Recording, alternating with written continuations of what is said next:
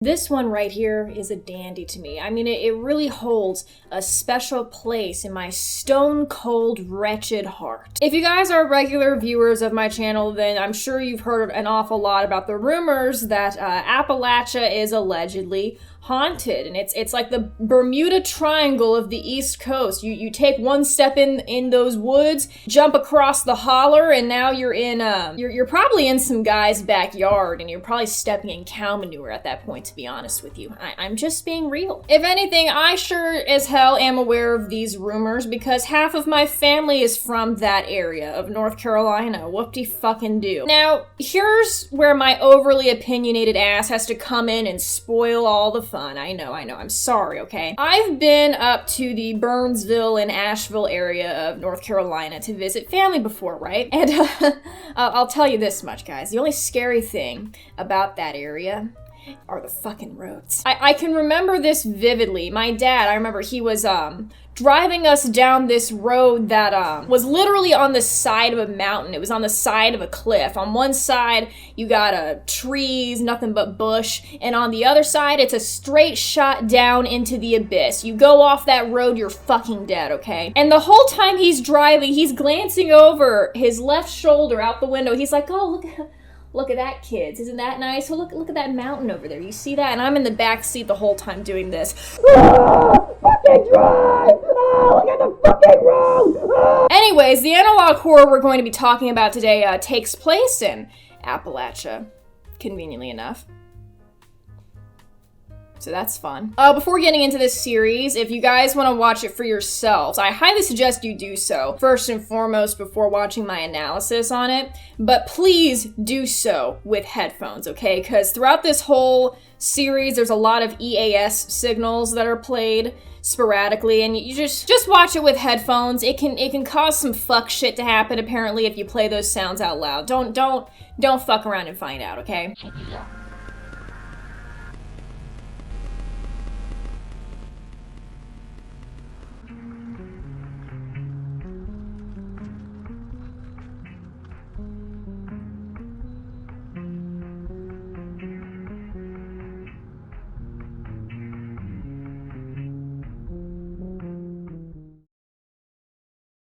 Our video welcomes us with a very calm and inviting intro screen, and a very calm and inviting friend who looks like he's about to ask if you're still going to finish those fries. Now here someone can be seen typing out a message. I'm making this video because I can't believe what I've just seen. Is this real? I found this tape on a walk in the woods, just off of Roby Martin Road.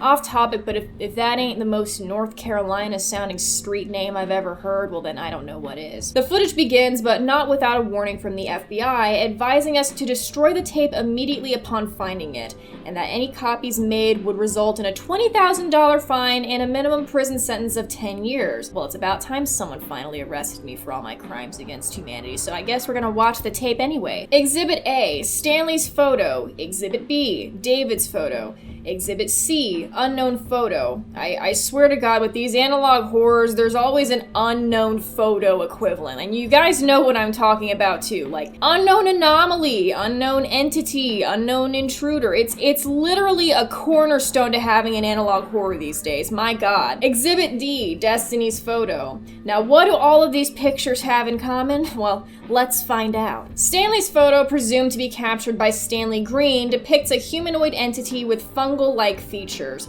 The photo was found undeveloped in an abandoned personal camera east of the Yaqui River. Stanley's whereabouts are unknown at this time. He is likely deceased. Notice how this entity was immediately described as having fungal-like features.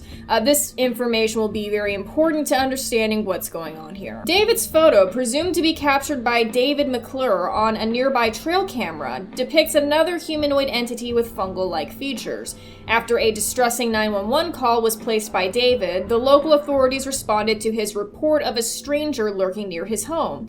Signs of forced entry were apparent, and David was found deceased at the scene. Upon further examination, David's mutilated body revealed that his skin had been violently ripped away. His face was ripped off, his eyes were ripped off, his nose was ripped off, his head was ripped off. Now, pay close attention here. Oh ho, what's that? Our first Blue's Clue. We all died. right? Nothing is the same. Well, I would imagine not. Destiny's photo depicts a humanoid woman that shares strong characteristics with that of a fungal life form. This photo was provided to the Bureau by an anonymous source with a note attached that reads, "Yesterday is gone, your destiny is awakened. Further analysis is required." Now, it's heavily implied here that Destiny is actually the one in this photo. Not so subtle there, but at least we're starting off strong with a lot of information that we can work with. The first tape ends and the anonymous writer returns. What were those things? There's something going on. There's more. Another tape begins. This time it seems to be showing what was airing on the TV at the time.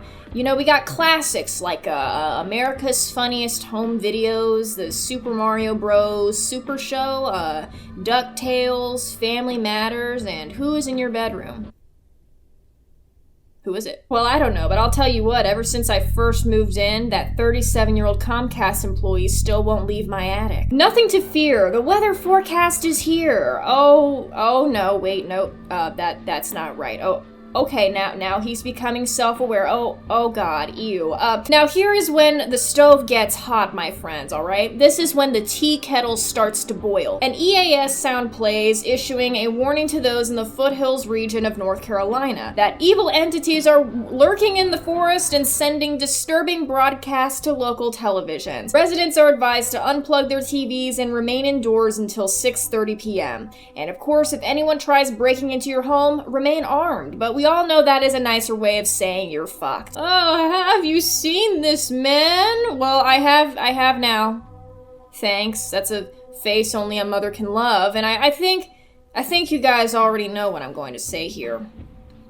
It's the Joker, babe. The next scene shows us exactly how fucked everyone is and that the US government doesn't know what the hell it's doing. The threat is currently isolated to the foothills region of North Carolina, but it remains uncontained. The unknown writer returns once more, promising to go back and find more of these tapes.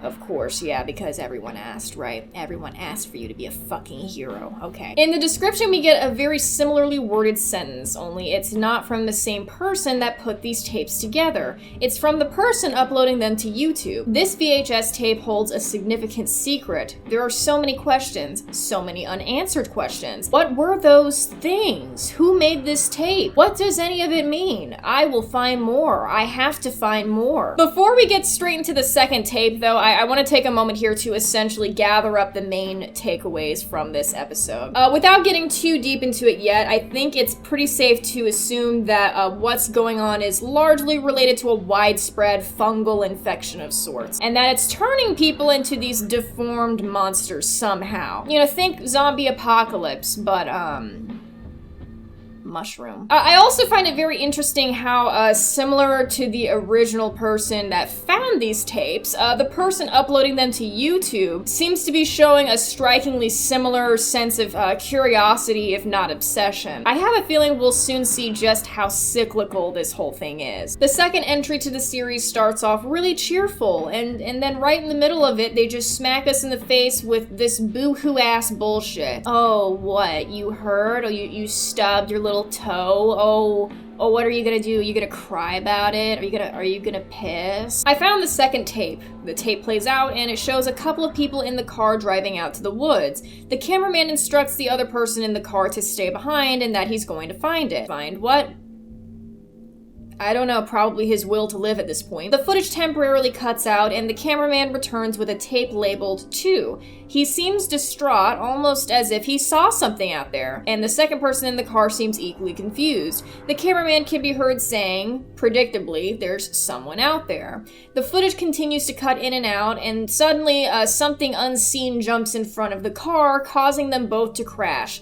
The anonymous author returns. I shouldn't have done this. This was a bad idea. Before long, we are met with another warning from the FBI. Warning, the following tape is a recording of a conversation between Dr. West and physician Dr. Steele at Dark Hollow Medical. This tape is to be destroyed upon documentation. Any attempt to copy or distribute this tape will be met with a minimum $20,000 fine and a minimum prison sentence of 10 years. To summarize this phone call as briefly as I can, a man by the name of Dr. West calls up his buddy Dr. Steele in a bit of a panic. He insists that there is something horribly wrong with one of his patients. Their skin is turning rigid and pale and their limbs are elongating. And the whole time Dr. Steele is like, you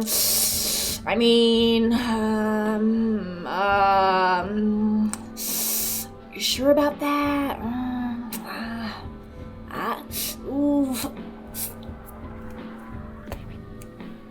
Dr. West insists that it's real, and as soon as this happens, the call cuts out, and we can see the following words under each of their picture frames. God save me and please kill me. While Dr. West was never recovered, Dr. Steele denies his presence at the hospital that night. You would say that, you son of a bitch. I think it's pretty clear that whatever happened to Dr. Steele is probably related to a fungal infection of sorts. Maybe he too was hijacked at some point. The anomalous patient was never located. Dark Hollow Medical remains off limits to non-military personnel. The second tape ends there and Mr. White Text Guy returns. Home is so far away. How did it come to this? And before long, the third tape starts to play. The thing I keep seeing, video evidence. As the video plays out, we can see the cameraman is wandering around in the dark, very obviously looking for something. All the while, strange moaning noises can be heard in the distance. After zooming in on an indiscernible object in the distance, the cameraman abruptly turns back. And after that, the following message can be seen. I made it back inside. I think it found a way in. It's at this point that White Text Guy interjects with a very out-of-character statement. These woods are singing. Well, yeah.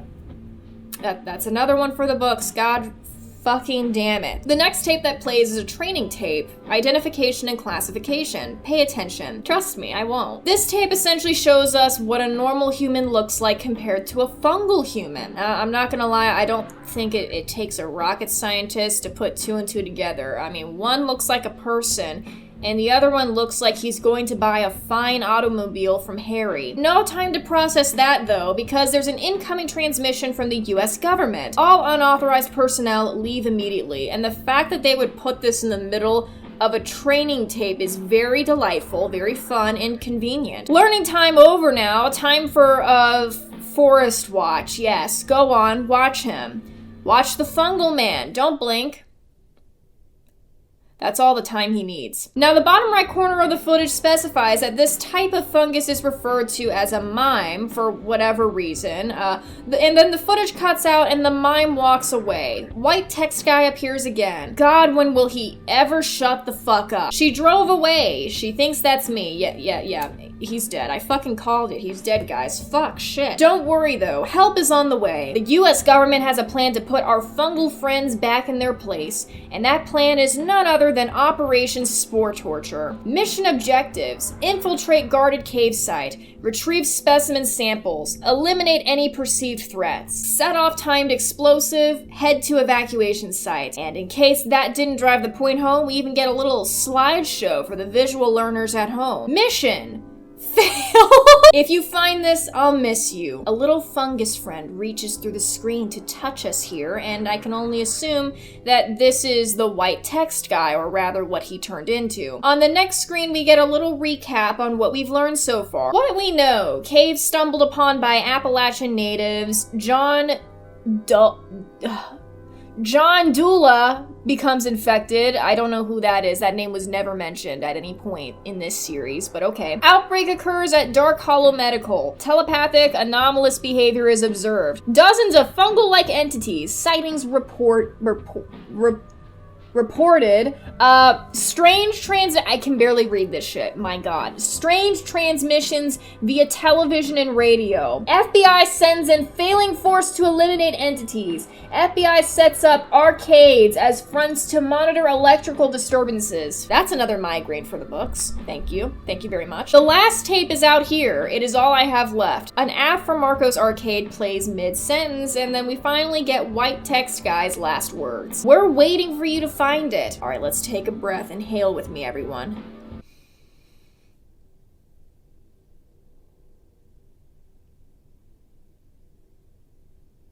Okay, so here, if you guys have noticed, this is actually the first time White Text Guy has ever been seen typing in all lowercase. And I know my boy ain't like that for real, okay? He's a Redditor. He uses proper punctuation at all times. I think something to do with these tapes is somehow infiltrating his mind and spreading around like a virus. I mean, even towards the end there, he flat out admits that his girl dumped him in the woods for one of his fungal friends. So that's an ouchie. Ow. I also find it very suspicious that now I guess he's trying to also lure us into the woods so that we can continue finding these tapes. And I'm sorry, but it's not cool, man. I don't appreciate that. Don't drag me into your problems. Not cool. Anyways, in this video, the description reads, I was curious about this tape. It is significantly more damaged than it was in the video depicted of it in the 90s. Who found that footage and put it on the tape itself?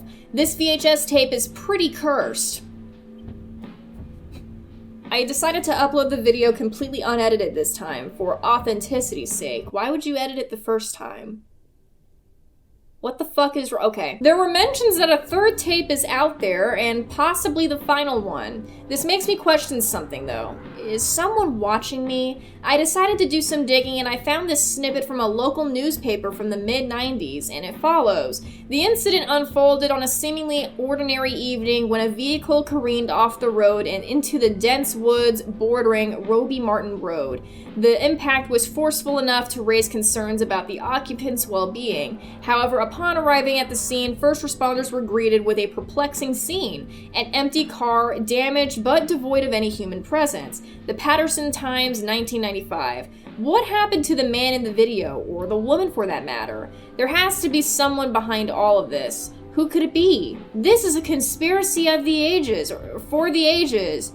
Yeah, whatever you say, Alex Jones. Well, I'm happy to say that our next video is off to a rather cheerful start. We have an old 90s computer showing us how the fungal outbreak is slowly spreading to the rest of North Carolina as well as the East Coast, and there's nothing we can do about it.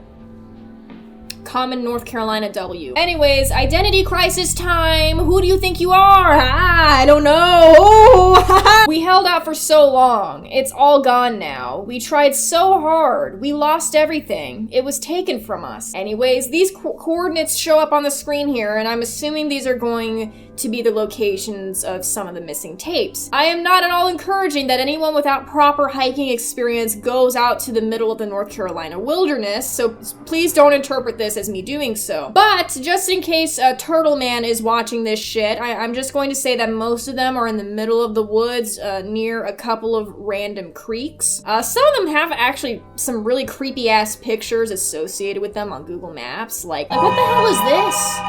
But I'm not gonna lie, I think one of the fungus people might have taken this picture right here. An old newspaper clipping of a missing person appears on the screen. The text is a little bit hard to read, I couldn't make all of it out, but the main takeaways I was able to make out is that her name is Amanda Deidre Franklin, age 23, and she went missing November 2nd on the day of her birthday. It then goes on to state that this is one of many disappearances in the area, and it coincides with several fake EAS broadcasts that had been hijacking local television sets. Fake EAS broadcasts, huh? Very interesting. The next tape shows us the layout of a subterranean military base, which then zooms in on a point of interest, the surveillance unit. The surveillance unit seems to be tracking one of the entities as it approaches the McGuire residence. I think it's safe to say that the McGuires just got shroomed. They're dead. A broadcast of Good Morning America starts to play. Just kidding. You knew it wasn't gonna be that fucking simple, didn't you? The footage gets hijacked once more by a fungal friend. Guess we're being shown evidence now, huh? Well, evidence of what? Now I'm intrigued. The evidence takes us on a grand tour of the world. Oh no, it's a trap. No, don't fungus me. Don't make me Don't make me fungus, no! Stop! Appalachia, no! Appalachia, literally the last place on earth I want to be right now. The footage begins to glitch, and for a split second, the words SG flash on the screen, and before you ask, no, I don't know what the fuck that means. An emergency broadcast message appears on the screen, warning us to get our children, get into bed, and do not watch tonight's broadcast, as it has been hijacked. I find it so funny how instead of, I don't know, just shutting down the whole broadcast altogether, they paste a little warning message at the top. Just in case you still want to watch it. Just a heads up, you might not want to watch this, but if you do, I can't stop you. What am I, the US government or something? I can't do that. We're all dead. It's in your nature. Now, this is where the fungus gets real, guys, okay? Buckle up. The fungus man finally appears, and he has a fungal message to share. We have been here before humankind. We will be here after. Lay down your arms, go into the woods, accept us openly. It's in your nature. From there, two fungal friends can be seen emerging from the woods, just to show us how kind and how real they are. And then security footage of an impossibly tall creature with outstretched arms. We are then left with the final message: mimetic virus inserted. Welcome home. And finally, we are left with one last message in the description. I feel like someone found this tape before I could. I have a headache. I keep losing track of the days. It feels like I'm somewhere else all at once. What is happening to me? Am I dying? This doesn't feel like the end. This feels like it's just the beginning of something much, much bigger than me.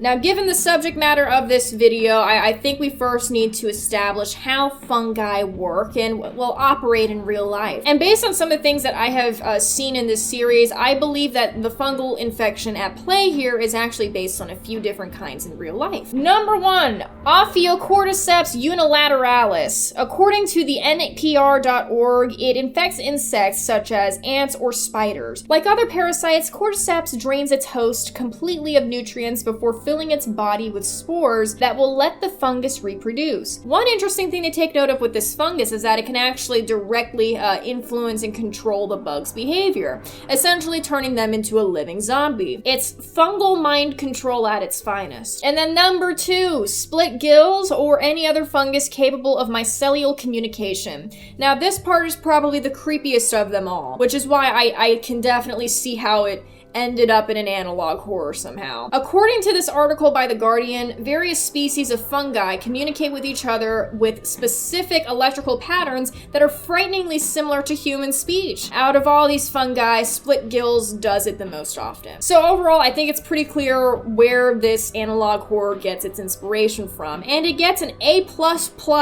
on my end for creativity. Now, what is the overall story here? What the hell is going on? Well, right off the bat, I can definitely see some sort of cycle taking place very early on, actually. The whole series begins with a mysterious VHS compilation created by some unnamed guy. He finds the original tapes in the woods and so on. The original guy who made the compilation went missing under some mysterious circumstances, but there's definitely a point in the series when I noticed a shift in his personality. It was actually the second entry where he finds a tape of an unnamed character that discovers a similar VHS tape and gets into a car crash. It's at this point that he starts to type in all lowercase, and his overall mood seems generally less optimistic. It's at this point that he also states that he hurts and the woods are singing and someone close to him left with an imposter, all this other weird bullshit that doesn't sound normal at all. Lastly, I think it's also rather suspicious how he tries to lure the viewer out into the woods to search for the other tapes. That's where I start to suspect that there might be a cyclical nature to all of this, right? And that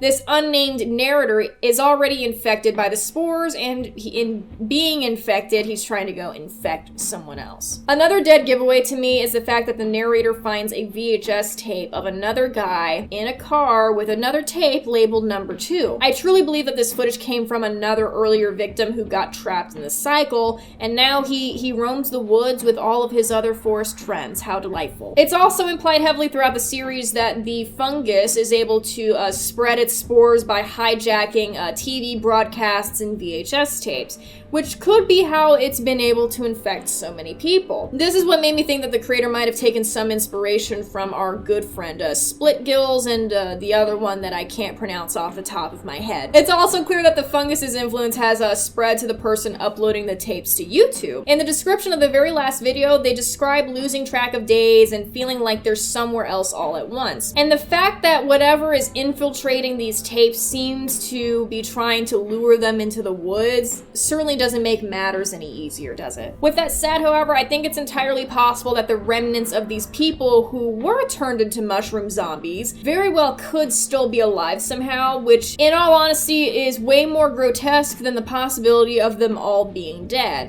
In the very first video, there's a brief message that flashes on the screen stating, "We all died, nothing is the same." Now, I highly doubt that this message is coming from a fungus, okay? I mean, fungus never dies, silly. Of course, the one that hit the nail on the head for me was the message from the very last episode, which reads, "We're all dead."